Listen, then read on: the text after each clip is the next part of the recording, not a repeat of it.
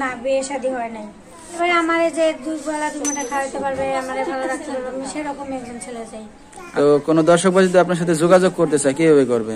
ভাই আমার একটা সাধারণ একটা ভাঙা চোরটা, আমার আব্বুর একটা হাতের বাটাম ছিল, আমার কাছে ওই সেটটাই আছে।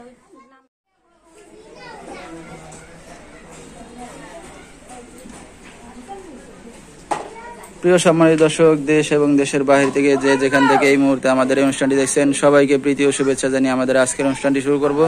দর্শক, আজকে আমাদের মাঝে আছে এক সুন্দরী আপু, শুনবো তার জীবনের গল্পগুলো, আপনাদেরকেও শোনাবো। তো চলুন কথা না বলি, তার সাথে আমরা পরিচিত হই না। আপু আসসালামু আলাইকুম। ওয়ালাইকুম সালাম। কেমন আছেন আপনি? আল্লাহ রাখছে ভালো। আল্লাহ ভালো রাখছে, আলহামদুলিল্লাহ। আপুর নাম কি? আমার নাম সাদিয়া। আচ্ছা, তো দর্শক আজকে আমাদের মাঝে আছে মিষ্টি একটি চেহারা নিয়ে সাদিয়া। শুনবো তার জীবনের গল্পগুলো, আপনাদেরকেও শোনাবো। সাদিয়ার সাথে আপনারা যোগাযোগ করতে পারবেন, ফুল ভিডিওটি দেখলে মোবাইল নাম্বার পেয়ে যাবেন, সরাসরি যোগাযোগ করতে পারবেন সাদিয়ার সাথে। সাদিয়া দেশের বাড়ি কোথায়? আমার দেশের বাড়ি যশোর। যশোর। কোথা থাকেন এখন? থাকি চট্টগ্রাম। কে কে আছে ফ্যামিলিতে? ফ্যামিলিতে আমরা দুইটা বোন আছি, আর কেউ নাই। কেউ নাই। বাবা মা? বাবা মা মারা গেছে। দুজনই মারা গেছে? কিভাবে মারা গেল দুজন? আব্বু মনে করেন রিক্সা চালাইতো, ওইখানে রিক্সা চালাইতে যায় অ্যাক্সিডেন্ট হয়ে মারা গেছে, আর আম্মু স্ট্রোক করে মারা গেছে। কি দুঃখের বিষয়। তো এখন কার কাছে থাকেন আপনারা? এখন বর্তমানে মনে করেন আমরা থাকি, আমার আব্বু আম্মু যেই বাসায় ভাড়া থাকতো ওই বাসায় আমরা ভাড়া থাকি, তাদের বাসায় থাকি, আর কাজবাজ করি, মাদ্রাসায় পড়াই, এভাবে আর কি চলতেছে। এমনি কোনো আত্মীয় স্বজন আছে পাশে আপনাদের? এমনি আত্মীয় স্বজন আর কি সকলেই আছে, কেউ আমাদের জিগায় না। আচ্ছা, বাবা মা না থাকলে তো কেউ জিগায় না। তো দেশের বাড়িতে আপনাদের নামে কোনো জায়গা জমি ঘর বাড়ি আছে? দেশের বাড়িতে আমার এক ডিসিম জায়গা আছে, আমার নামে আমার আব্বু লেখা দিয়ে গেছিল, ওই এক ডিসিম জায়গা আছে, আর কিছুই নেই। ঘর বাড়ি নাই বলে আমরা দেশের বাড়ি থাকি না, এখানে ভাড়া থাকি। ঘর বাড়ি থাকলে আমরা দেশের বাড়িতেই থাকতাম। তো কি করেন আপনি? আমি কি করি, আমি পার্লারে কাজ করি। পার্লারে কাজ বাজ করতেছেন? লেখাপড়া কত দূর করছেন? লেখাপড়া বেশি একটা করতে পারি নাই, তাই পার্লারে কাজ করি এখন। আচ্ছা আচ্ছা। তো এই যে আপনি একা একা থাকেন, তো ভয় লাগে না আপনার? এখন কি করবো, মানে একা একা থাকি, ভয় তো লাগবেই, যার পৃথিবীতে কেউ নাই তার তো সবই, তাই না?